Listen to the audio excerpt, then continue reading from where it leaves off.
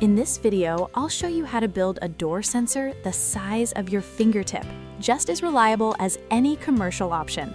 The hardware list is short, only 3 pieces: an ESP32S3 development board, a basic magnetic door switch, the kind that costs about 50 cents on AliExpress, and 2 DuPont wires.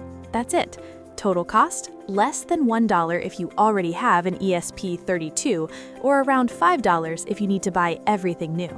Then, let's wire it up. The magnetic switch has 2 wires. It doesn't matter which is which, it's just a simple switch.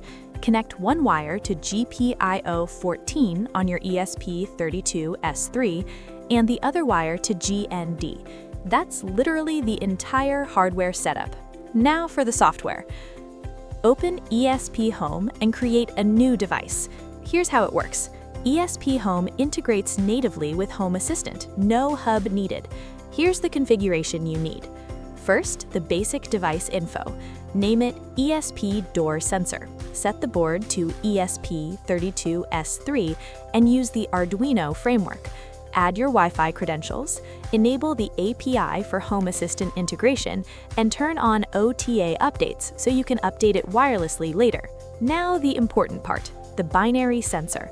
We're using a GPIO pin in input pull-up mode, which means the pin reads high when the door is closed and low when the door opens. We set inverted false because we want the sensor to report on when the door opens.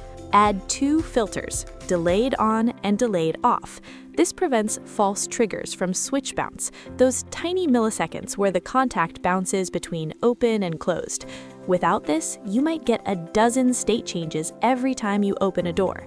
Set device class to Window so Home Assistant treats it like a door or window sensor, and enable Publish Initial State so you know the state immediately after the device boots. Compile and upload.